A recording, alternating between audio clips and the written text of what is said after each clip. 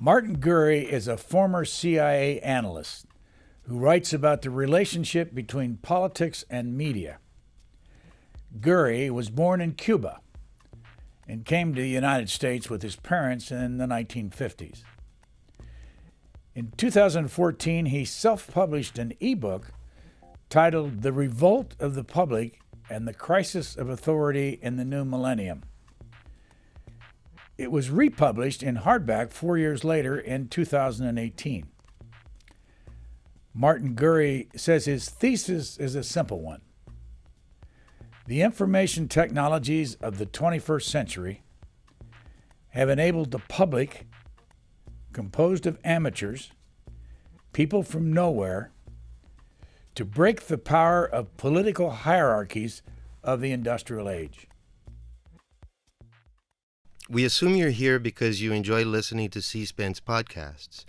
If you're a regular listener, please consider supporting our nonprofit operation so we can continue to bring you quality public affairs podcasts like these. Visit cspan.org/donate to learn more.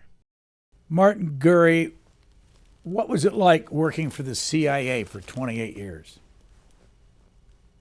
Well, you can imagine there were a lot of changes during that time. The CIA is one of the organizations that I describe in my book, The Revolt of the Public. It's a hierarchy. It's essentially modeled on the Cold War as being the fundamental encounter that we're supposed to meet. And the funny thing happens to an organization when it mirrors an opponent as long as the CIA did the Soviet Union. It becomes a little bit like that. You're so used to anticipating the other side that you become a little like that. I always felt CIA had the touch of the Politburo to it. Brilliant people, courageous people. In the lobby of CIA, they have these stars that symbolize people who have died in service. No names, just stars. They way more than doubled during my tenure. All right, these are people who are very dedicated. But the institution itself, I was in, I always say, the least sexy corner of CIA. I was an analyst of global media. I didn't have a license to kill. The beautiful ladies never threw themselves at me. Nobody ever made a movie about my work. But as part of that great organization, I felt like we went through the end of the Cold War, which, by the way, surprised CIA immensely. They were not predicting that. And we went through 9/11, and I would say those are two fairly epic moments in my career. When did you retire? 2010. And what are you doing now? I basically write a lot. The book has been a tremendous blessing for me. I have met so many intelligent persons, such as yourself, that are interested in having conversations with me. I work with, I'm a visiting fellow for Mercatus Center, and that pretty much describes my relationship with that group, which is also, by the way, chock full of smart and learned people, many of them, an amazing number.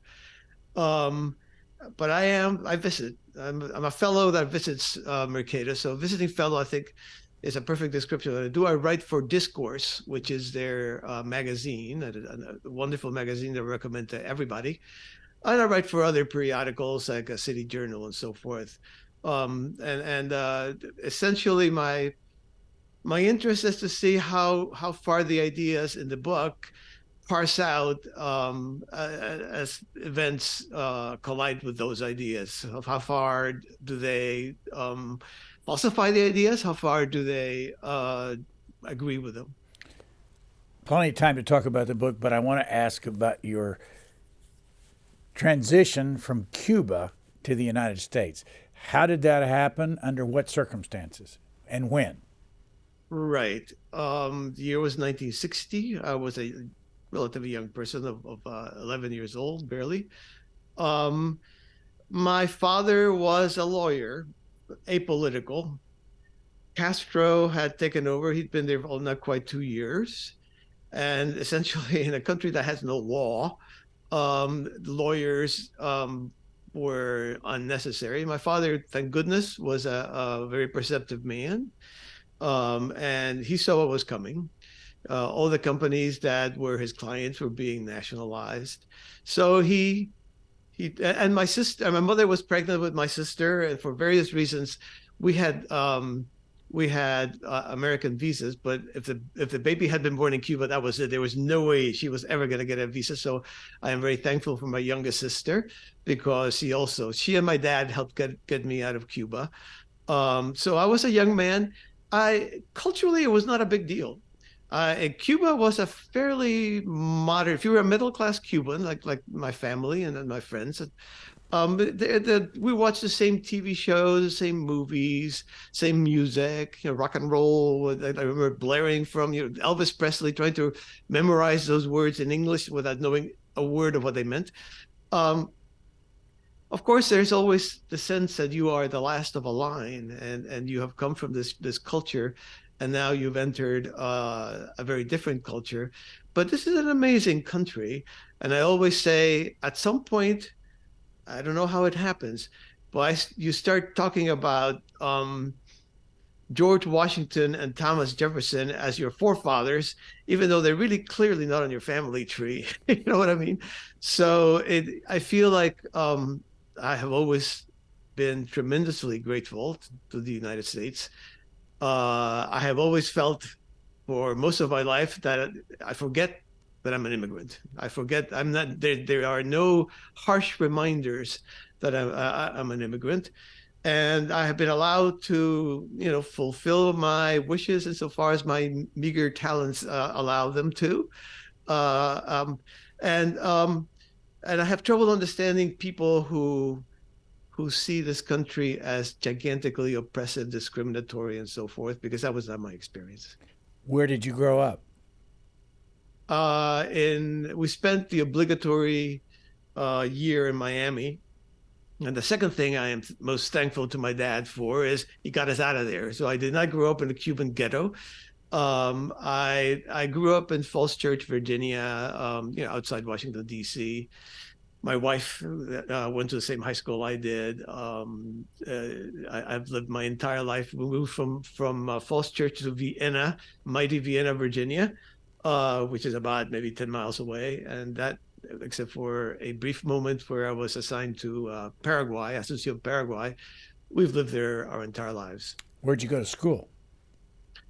George Mason. And Mercatus is how much connected to George Mason, and what does it do?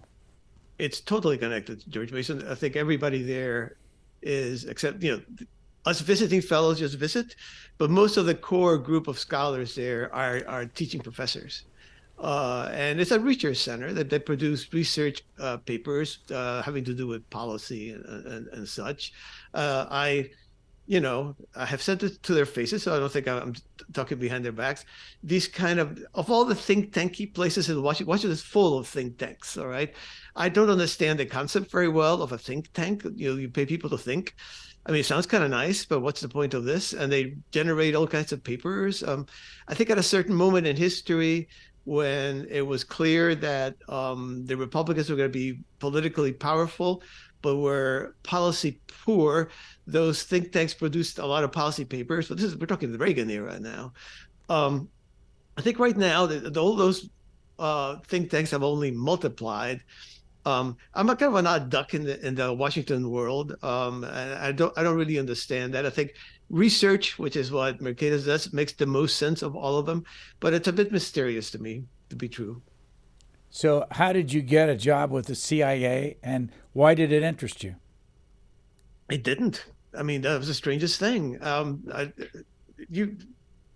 all the unusual twists that my life has taken, that's probably one of the most.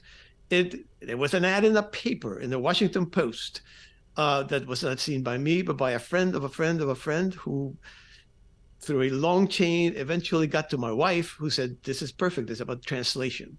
It was a translation from Spanish. I said, "CIA, you're crazy." And she goes, "No, go ahead and apply. What can it hurt?" I said, "Well, She said, I'll do your resume. My wife, if you want to get a job, get my wife to do your resume. Okay, so she did my resume. I got in. I had no, I thought that I had no chance. I thought I had no particular interest. Once I got in, I loved the work. I mean, the work was fascinating. We had a shop that looked at the entire global media, if necessary, in translation. You could just say, translate this article. I mean, from any language, almost certainly, I would say, the most powerful translation shop in the world. And contrary to the culture of CIA and to the movies and popular belief, I would say, I don't think, again, I'm giving away any secrets, 80% of the information in the world, including inside CIA, comes from open sources. And it's more every day. Who would you credit in your career with having some of the best organizations presenting news and information around the world and in the United States? I would say in the old days, that's a tricky question. I'm not a believer in news. I believe that the news is, I'm not sure what that is. Define to me what news is. I believe in information, and news as a category of information is basically self-defined. If it shows up in a newspaper or in a TV news broadcast, is news, otherwise not. And there was many years ago, I think about 20 years ago, an effort to protect journalists who were being compelled by law enforcement to reveal their sources, so that you could legally protect them. And that kind of foundered because nobody could quite define what a journalist was, right? So if I am online and I am writing about events, am I a journalist? So, but not to get too snooty about this. In the olden days, I'd say BBC probably had the best media operation and the most austere take on the news, and the most complete around the world. Part of what is, I think, it always has been pathetically insufficient about American news is that we tend to beat on 3 or 4 themes and ignore the rest of the world. BBC is, I don't know whether it's the legacy of the empire or what. I have been to Bush House because there was an arrangement between BBC monitoring and my agency at CIA. And everybody spoke with the most impeccable Oxbridge accent, but they came from 100 different countries. I mean, it was kind of remarkable. So they pay attention to the world because I think once they owned most of it, right? The book, The Revolt of the Public, it seems to me, and maybe this is not fair to you, but it seems to be one of those word of mouth books that you and explain. And the reason I say this is that somebody said, have you heard about this?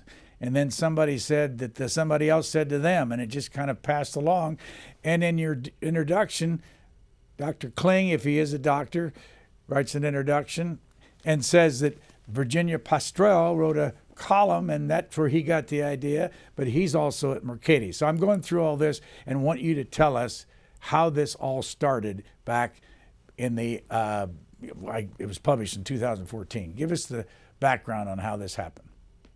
Yeah, actually, it's another weird story. I think my life is kind of littered with those. When I was in CIA, it was already clear to not just me, but to many, many smart people inside my particular agency, that the world was changing. The world of information was changing. It was changing dramatically.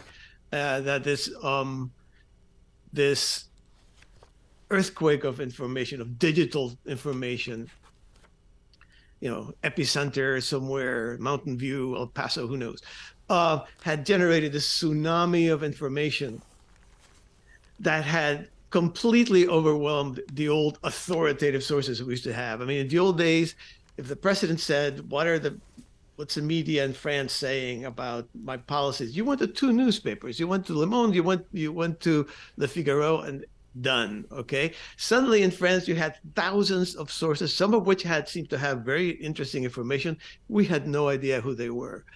So to make a short story long, um, I I and several of us kept telling CIA we're missing the boat on this. We need to change our procedures, which were based for very, very narrow bands of information, and figure out some way to deal with this enormous, tsunami. Um, well, it didn't work. So when I left, I thought, okay, now I'm going to, put my money where my mouth is, and I'm going to write a book doing the kind of analysis I would have done if I could have done it in CIA. And I love research. Nothing more fun than doing research, because you always start out thinking and by the end you realize how little you do know, and you've changed your mind about 100 things because the data has told you that what you initially assumed was wrong. So in the year 2014, I finished the book. I tossed it into Amazon, and it kind of sold a trickle here, a trickle there. Virginia's review was very generous. But basically what made the book was Donald Trump. I am a Trump profiteer. I'm not alone. I think the New York Times is probably the most guilty of this, but I am a Trump profiteer. The night that he got elected in 2016, my smartphone just erupted. It's like, oh, Martin Gurri has won this election or something. It's strange stuff. A couple of years later, I got an email from somebody called Patrick Collison, I'd never heard of, and said, I want to publish your book for real. And I got all kinds of, if you give me $10,000 or publish your book type emails. I thought this was going to be like that. I look up Patrick Collison. He's 21 years old at the time, and he's worth like $1.5 billion. He's the CEO of Stripe, and he wants to start a whole new branch of Stripe called Stripe Press. Very innovative. He's out in San Francisco, very, very Silicon Valley. And so I said yes, and then I added a very long essay called Reconsiderations at the end of my initial book. And that book has sold a lot of copies. It has sold a lot of copies. And I call myself I'm kind of like Dr. Doom, like whenever things start to go really bad, like this is a particular kind of a bad moment, wars are breaking, the Republicans can't get themselves to elect a speaker. Well, everybody comes to me for some reason. When times are good, I am forgotten. So the day you don't hear from me anymore, that would be a really good time. So am I right that this was dumped into Amazon as an ebook in 2014 and then published in 2018 by Stripe, which is based in San Francisco? And then when did you add the reconsiderations chapter, long chapter it's suggested at the beginning of the book? You read it at first, and then you go back and read it again. Yeah, that was the 2018 edition.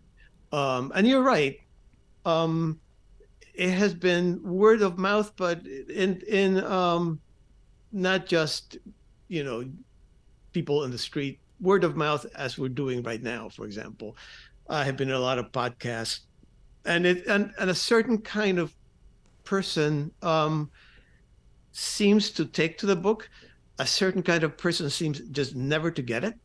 I am a hero in Silicon Valley. I've met lots of billionaires.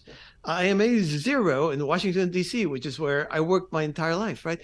So the people in Washington, which are ensconced in these hierarchical, slow-moving, old-fashioned institutions, it's not that they are hostile to the ideas. It's like I'm talking Mandarin to them. They just don't understand what I'm saying. I can just see my mouth is moving and their eyes are getting bigger and bigger. They do not get it. They do not get it. Your C-SPAN, is that right? You're kind of breaking ranks amongst the elites, because most people in Washington just simply, I've never been reviewed in the Washington Post, never been reviewed in the New York Times, sold a lot of copies. Well, first of all, we're not a member of the elite, but I do want to ask you about that word, because you use it a lot in your book. Yeah. Define it. Who are the elites? Yes, I have very clear definitions. And that's funny, because when I wrote the book, of course, it wasn't in currency. Right now, everybody talks about it, and it gets a little tricky to figure out what it is that people mean by that word. I had a very clear, specific definition. The elites are the people who manage the institutions that essentially make the modern world function. Okay, and by manage I mean belong to. So of course, government and politics, but also corporations, but also academia, but also media, but also the scientific establishment. And there's a particular mindset that comes with that. You can be, the most the lowest member of the totem pole in some university, some kind of associate professor, whatever, sitting in a cafe that the owner makes probably 10 times what you make, and that owns that cafe, but you feel superior to that person because you belong to that institution. You are part of this elite group, and you have these rules of behavior and these shared ideals and shared opinions that make you an elite. When I wrote the book, it was pretty clear that the elites were dead set against what I call the forces that have led to the revolt of the public, the digital sort of flattening of information, and that has only become more apparent since we've had all these attempts to censor social media, and pretty successful ones, I have to say, that have come out in Twitter files, for example. I want to read you a quote from your book. This is a pet peeve of mine. Some people will laugh when I read this as if it doesn't matter, but it jumped out at the page to me. You say, in a few short years, the political landscape has been transformed into a bedlam of irreconcilable factions. Violent and profane language that would have been unthinkable in 2014 is routinely used. What are you talking about? Well, I mean, nowadays you have even politicians, dropping F-bombs and essentially behaving in a way that schoolyard kids in my day, I mean, if you talk that way to somebody, you better get ready to, get into a fight, right? It's a measure of the collapse of the old world, the hierarchical world that I, as not a young person, as you can see, lived in probably most of my life. A world in which the hierarchy actually formed you, and you abided by the rules of that hierarchy. I think that has been swept away by the tsunami. I think the institutions have become very performative. So in this babel of voices, what Jonathan Haidt calls the Tower of Babel,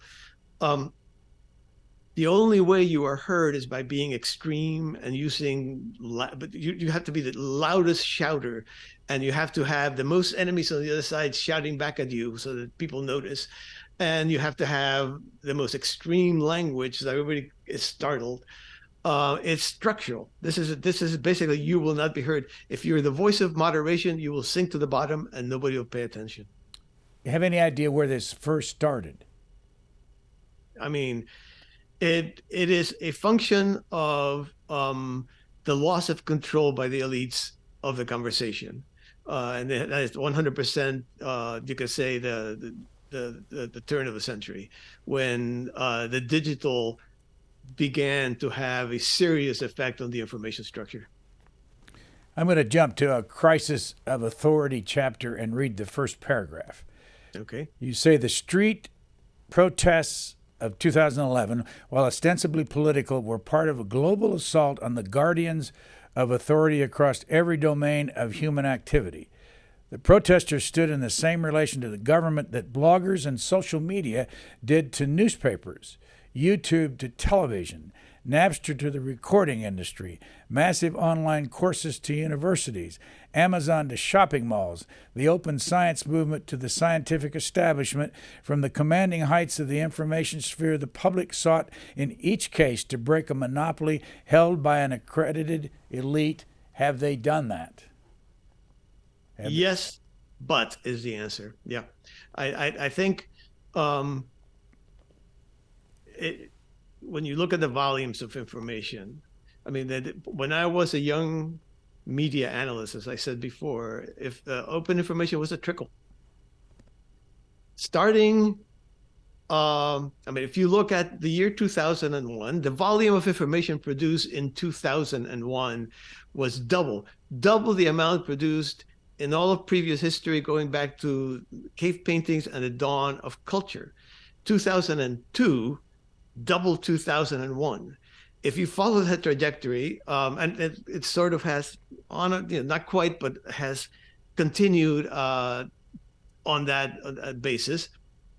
If you chart that, it really does look like a gigantic wave, a tsunami. There is no way our hierarchies, which were constructed in the 20th century to manage and monopolize trickles of information, can control this gigantic flood. It has escaped them. What is authoritative today is up for grabs.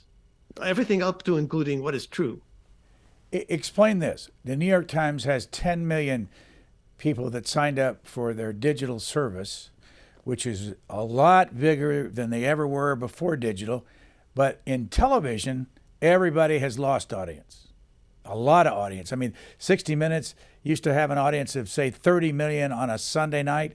Now they have on an average of 7 million on a Sunday night.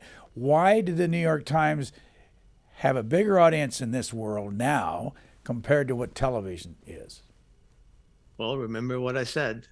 I call myself a Trump profiteer, but I mean, I am a piker compared to the New York Times. All right. The New York Times in the year 2015, say, before Trump sort of came down that golden escalator, had its numbers of digital subscribers was under a million. By the end of the Trump administration, it was 8 or 9 million. You say 10 now, that may well be true. It is a question in my mind that, I mean, Trump is still there and he may, for all we know, be president again. But at some point, I mean, he's fortunately not immortal, so he politically certainly not immortal. He will vanish. I am not at all certain that that large audience of the New York Times will survive the loss of Donald Trump. But if you want to know the why of it, I would recommend a book by possibly the most brilliant media analyst that I know of, Andre Mir, called Postjournalism, in which he explains very carefully how journalism has transitioned from the facade being I am providing objective news to an audience that are really eyeballs for advertisers. So you don't want to alienate anybody by taking these real strong positions, to being almost a purveyor of a creed. I am the protected garden that if you are a liberal or a progressive, you come to my paywalled garden, we shut the doors and we give you the words that encourage you and that you can then spout back and confront those devilish Trumpists out there. It is entirely a different model. It can be, as Andre says, done by only one. You can only have one church. You can't have 20 churches of anti-Trump. So all the other newspapers are dying. The Washington Post just posted $100 million loss. So how long can that even be sustained by the New York Times? I'm not sure. But the model, the journalistic model, you have to give them credit. You know, they have essentially covered, for example, the Russia-Trump controversy, things that turned out to be false. In other words, they had literal thousands of articles in the New York Times about Trump being an agent of the Russians. And almost every one of those articles, he was culpable. Turned out that, the investigations were done, the report came out, nope, there was nothing there. But it was a big success for the New York Times. You may think it was a journalistic failure. It was not. During that time, their online subscriptions went up by 2 or 3 million. So it's a good business model. In your book, you use Alan Greenspan to make a point. Yes. What is it? Well, he is the man who knew everything about the economy. The elites of the 20th century, their pose is that they are scientific, they are experts, they are accredited. Society is too complex to be left to the amateurs. That, by the way, is 100% true. The problem is the elites don't know as much as they think they do. They certainly don't know as much as they tell us that they do. And Alan Greenspan, who was called, I think, the conductor, so the maestro, that's what it was, in a book that was written about him, because he conducted the economy like a maestro, was forced after 2008 to say in front of Congress that he had no clue about what had happened. And if you read what everybody was saying, I mean, starting from George W. Bush, down many, many levels of important people making decisions during that crisis, the question they were asking was, how could this happen? Well, it could happen because we did not know as much about complex systems as the experts think that they do, and as they tell us that they do. The pandemic is another good example.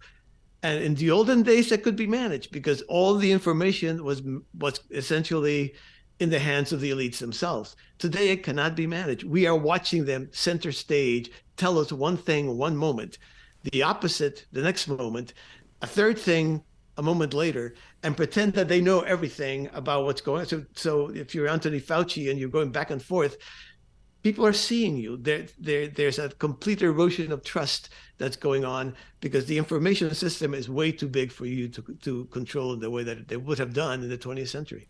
There's a word that you use in your book to describe what's going on in the society that you wrote back in 2014.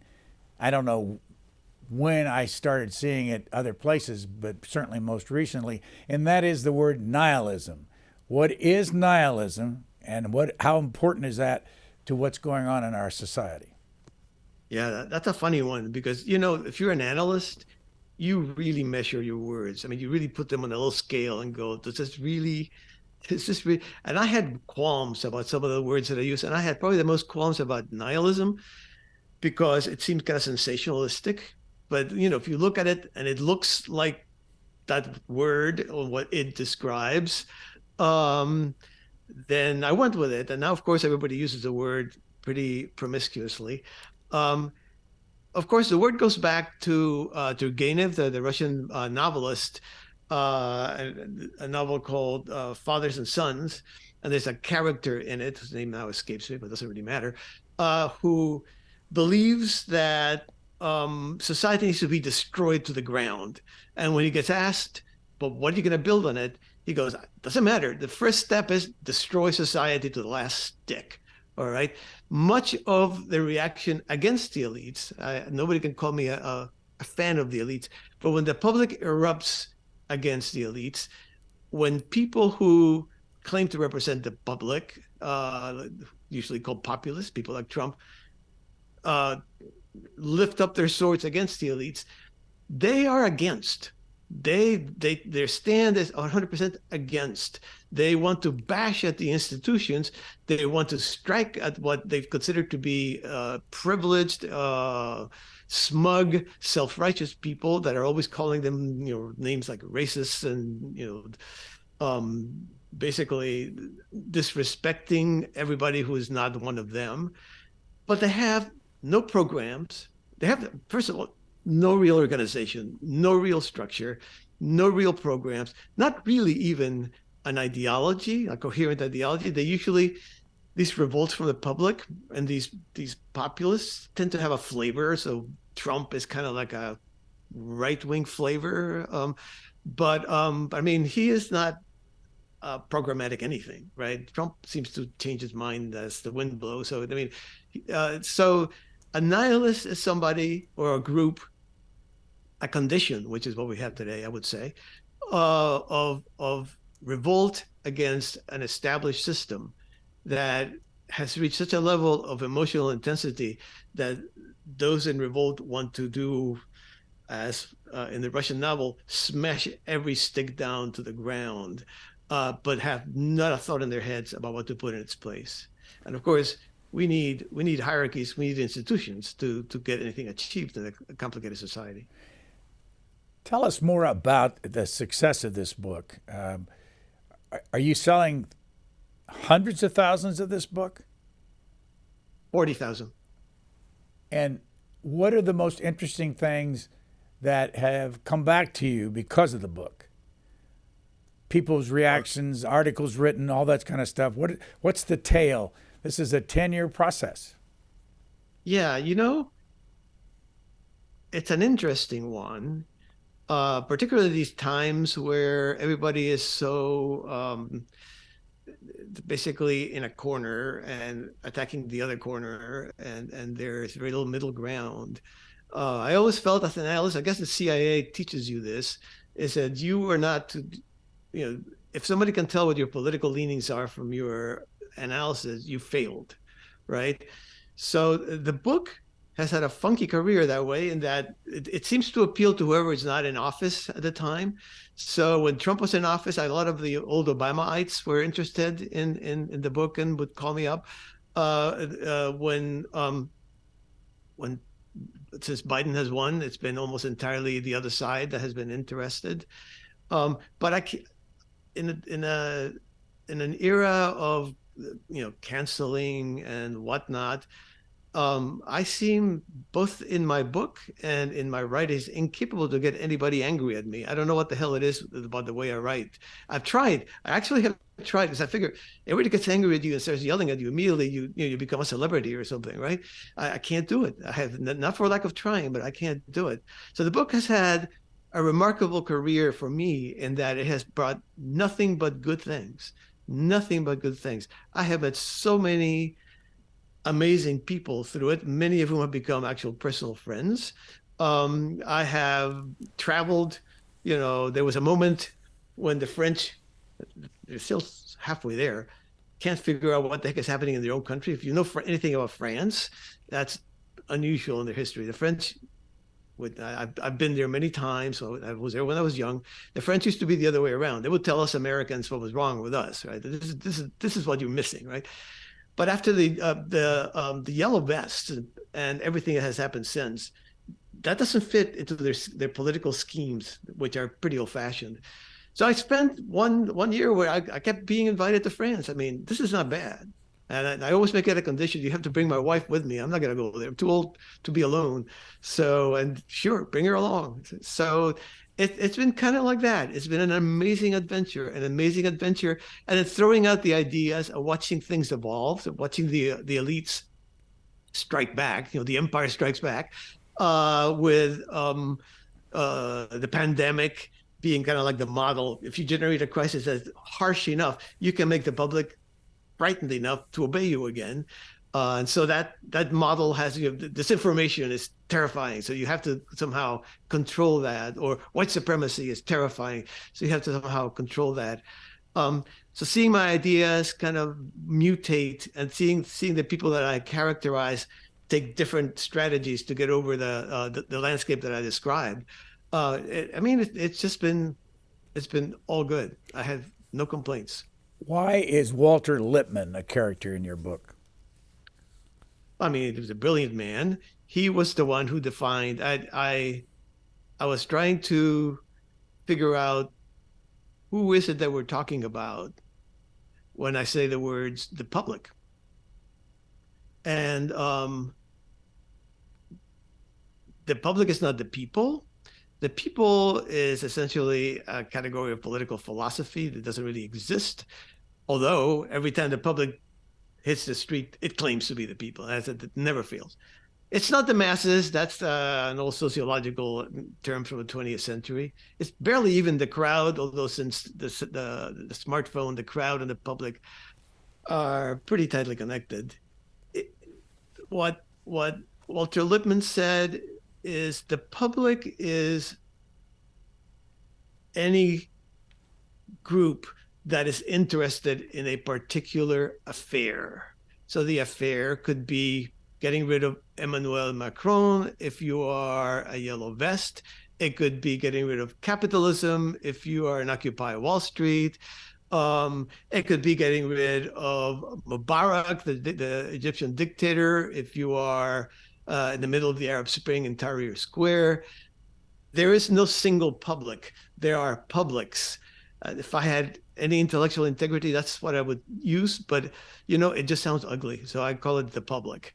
And it is the public that has been essentially been empowered by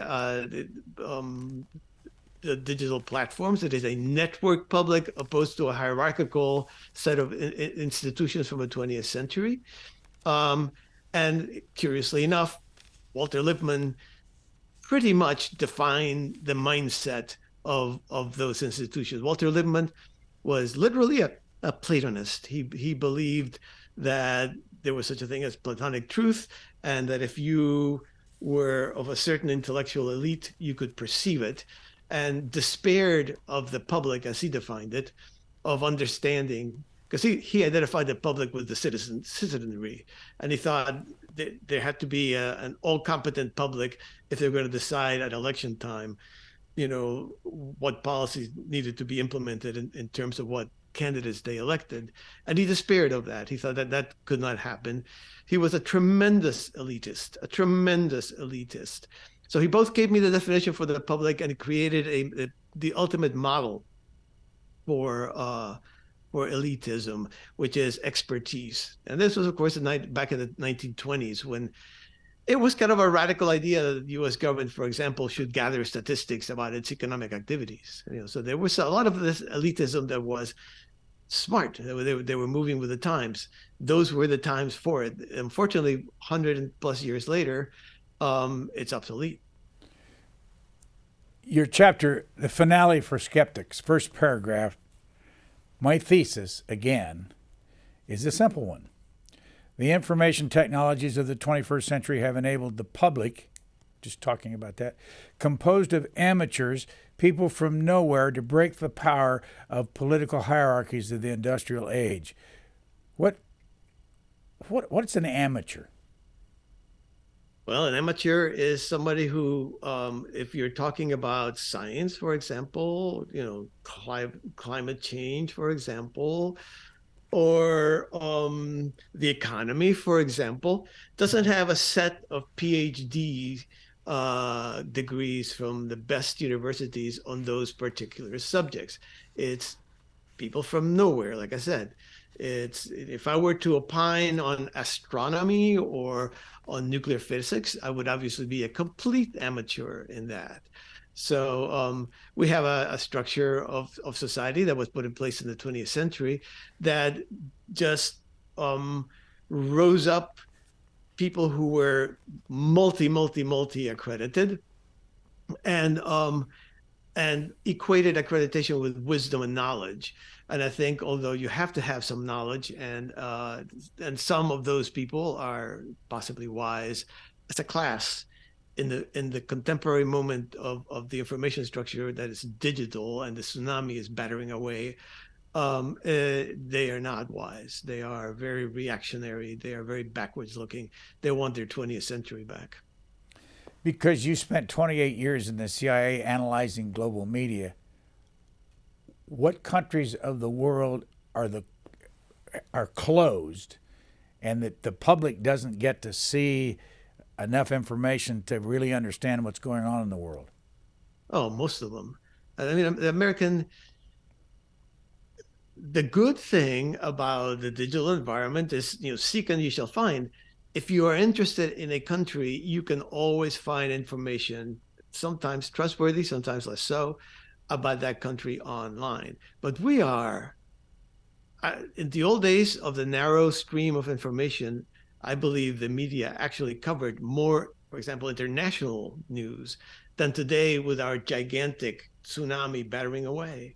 So, I mean, just to give one example that I think is a fascinating one, the country of Chile.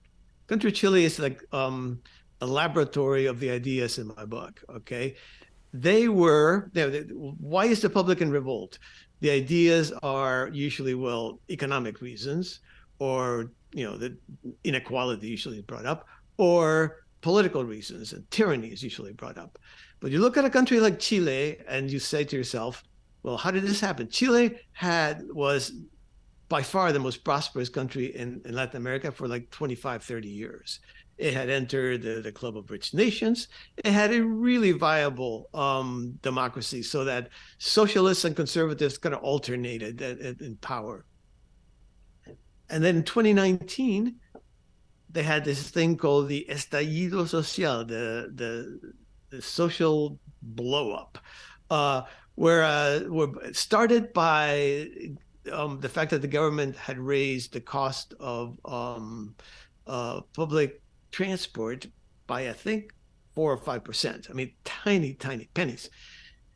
Millions, hundreds of millions worth of damage in the riots that ensued. 1 million people in the streets of Santiago opposed to something or other.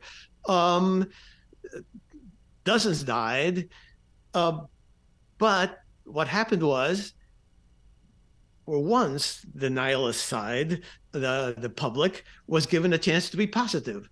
They elected a president. There was a presidential election that came along, and the person who got elected had long hair and tattoos. He was a lifelong protester. He was, I think, 30 at the time. And they convened a constitutional convention that was totally dominated by the protesters, right? So the Constitution, I mean, if you want to read, it's not like they have no ideas about what to change. It's that they have no coherent ideology to organize those ideas.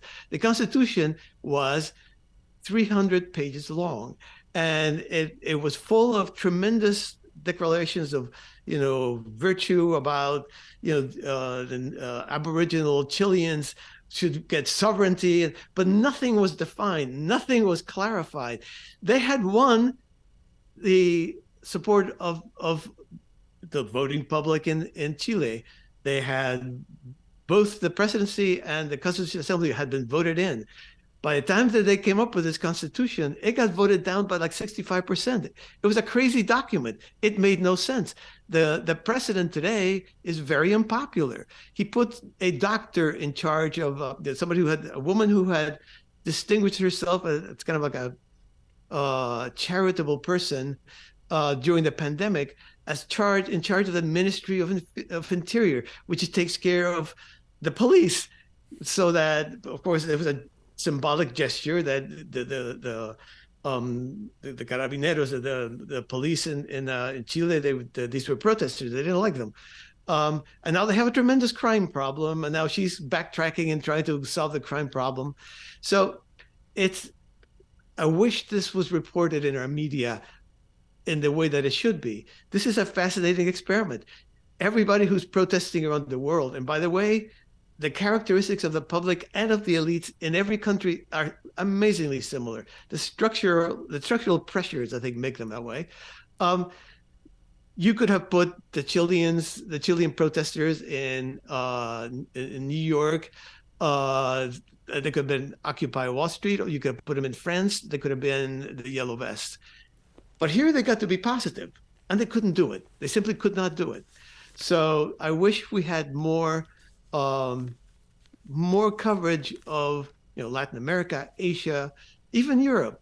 Our coverage of Europe is only insofar as it touches us or it touches our politics. So if you happen to be pro-populist, you're a Trumpist or something like that, you follow the populists overseas and you cheer them on, and vice versa.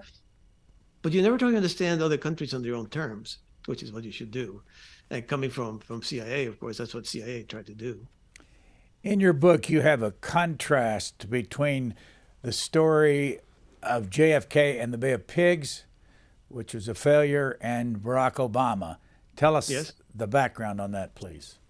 Yeah, I mean, I find that to be a really good analytic tool, is because we get so embedded into the present, is go back and say, how do people handle presidential failure, and then and now? So my example was of the Bay of Pigs, which was, in hindsight, a ridiculous idea. They had 3,000 people trained by CIA, invaded Cuba, a country at the time I think had 7 million people, and had a military force. There's no way that was ever going to triumph. I mean, I think maybe the idea originally under a previous president, because the whole thing was set into motion to begin with by Eisenhower. I think the idea might have been, I have never heard this, I'm just speculating, that the Marines were going to come in behind those 3,000 people, because I don't see how else you think this is going to win. Anyway, it was a disaster. It was a humiliation for Kennedy. He was young. It was early, first 100 days. He despaired. He thought his popularity was never going to recover. Well, his popularity went up. It went up from 70% to 80%. Okay. Because why? Well, at that time, we were in the Cold War. He was everybody's president. He wasn't just the president of one side of the political spectrum. He was the guy who was representing us in this terrible, conflict with the Soviet Union and with communism. And everybody rooted for him. They wanted him to succeed. Obama, by contrast, started Obamacare, the Affordable Health Act, and the reform of the finance system, the re-regulation of the finance system, and particularly I think Obamacare. Before, basically, they had all kinds of calculations about how they had. I know it was the stimulus. The stimulus. They had all kinds of calculations coming out of the Obama White House, how the stimulus was going to short circuit unemployment, that was going to make the pain a much shorter span, and then in the end was going to bring the economy back to where it should have been. They made the mistake of putting down on paper what they thought was going to happen, which tells you they really believed in it. Well, it was a disaster. With the stimulus, the economy went far lower than what they said was going to happen without the stimulus. But before any of that happened, people said it was going to happen. People distrusted the Obama White House, and his popularity began to tank and really settled in the high 40s for most of his presidency until the very end. Already there was no thinking, this is our president. No, this is their president, and he's trying to impose all these ideas on me.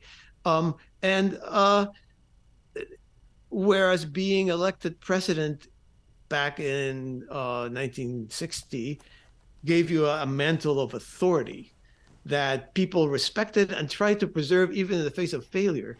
Being elected president back in 2008 was the opposite. It made people large numbers of the public distrusted you, because now you were the face of that elite that was trying to basically bamboozle the public. Back in 1964, when the Beatles went on the Ed Sullivan Show, they had an audience of 70 million people in a country that had over 100 million less people than we have in the country today. When President Biden made his speech coming back from Israel and from the Oval Office, he had 22 million people watch out of a country of 340 million people.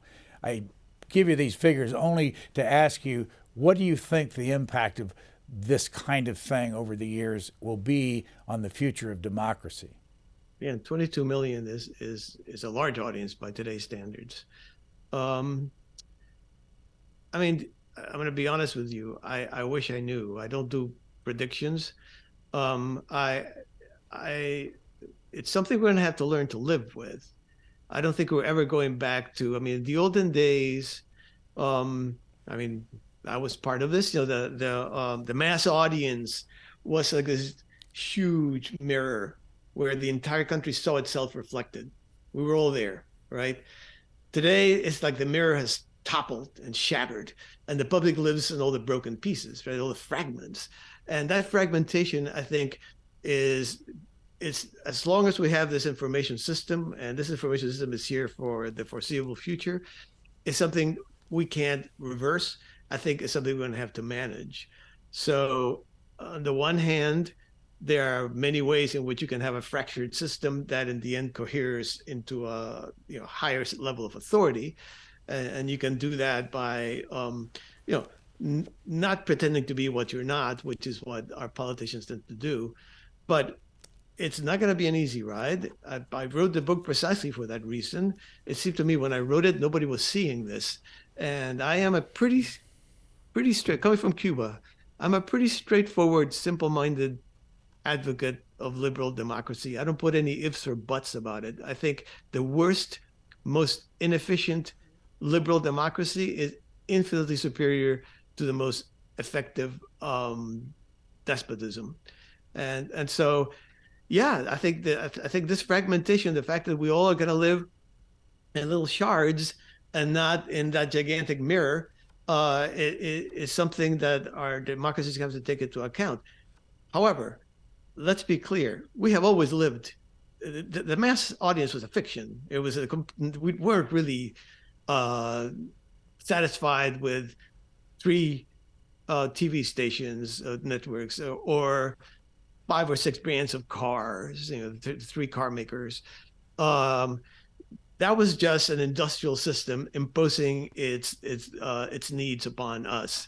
So the way we are today is closer to the way we really are, and the way we were before the industrial era. The United States was very fragmented way back in the 19th century, and somehow seemed to survive with bumps along the way. So I think it can be done. I've got to ask you about Stripe, the company that published your book.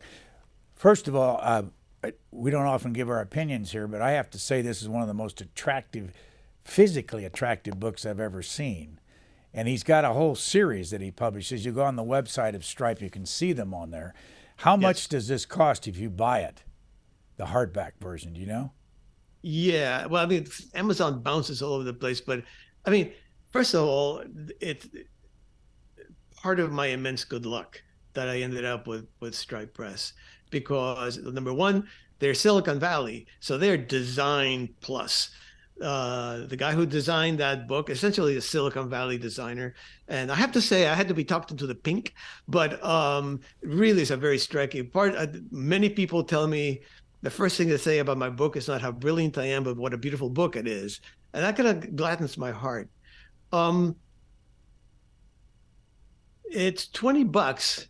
They basically asked me, well, what do you think? What do you want? And I didn't want to make it too expensive. I didn't know. I mean, I honestly didn't know. So it's $20 full value. Amazon, I think right now it's like $12. They've knocked it down to, I don't know why they do those things. You can buy an Audible book, which is a lot less, and you can buy a Kindle book, which is I think $9.99. Who's the image on the cover of the book? I don't think that person. I asked that they found it somewhere, but I don't know. It's some sort of medieval-looking female sort of royalty. It looked like, but no, that's a really good question. I asked it, and I think the designers think in terms of images. They don't think in terms of provenance. So me as an analyst is, where's this come from? And they didn't know. I did some research on Stripe, and I'm not sure I have the accurate numbers, but it's not a small company. And you mentioned that, is it James Collison, who is, it's an Irish-American company. Was that his name, Collison? There's 2 Collisons, John and Patrick, brothers. Look them up. Patrick, with now, I mean, he was worth, I said, $1.5 billion, but I mean, he was a baby. That was like, a few years back. He's worth a lot more now. I won't even guess how much. The company has grown like Topsy, many billions. It's one of the giants in Silicon Valley today. But look the 2 of them up. They are, again, part of the joy of my book, meeting people like this. Yeah, they're both born in Ireland. I mean, they're literal geniuses. These were kids who were solving the differential equations when they're like 10 years old, but the company is an amazing company. I have been to the Googleplex. All right. I went there when I was at CIA. They gave us a tour. And the Googleplex is it's like Toyland, right? It's like you have these little swimming pools where you can take laps and not even actually move. There's volleyball nets, there's ping pong tables, there's computer games. If you go to Stripe, there's books everywhere. Books everywhere. It's like the adults in the room versus the kiddies. Okay, so that's just the culture. It comes down from Patrick and John. I mean, it's an amazing place. Do you have another book in you? That's a good question. I don't yet, and I get the question a lot, and I say and that's exactly the way that it should be, right? If you have a book in you, it should come out. You shouldn't just write a book because. Lots of 2 or 3 publishers have asked me, well, why don't you write another book? And I say, well, what would it be about? And I said, write them exactly like the old one, only we'll sell on more. And the answer is no. I mean, you have to have something that you want to say. I may at some point. I think the landscape has changed enough with the pandemic that I may have something to say, but at the moment, no. Our guest has been Martin Curry. The book is called The Revolt of the Public and the Crisis of Authority in the New Millennium, and we thank you very much. Oh, thank you. It's fun. Thanks for listening to Booknotes Plus. We want to make sure you know about our latest podcast, Books That Shaped America. It's a companion podcast to our 10-week television series of the same name. We've teamed up with the Library of Congress and selected 10 books from across American history that have had a major impact on our society. Each week, the C-SPAN television program will focus on one of these books and its impact. This companion podcast will give you more background on the book's authors. If you want to learn more about Books That Shaped America, go to our website, c-span.org. The podcast is available wherever you get your podcasts.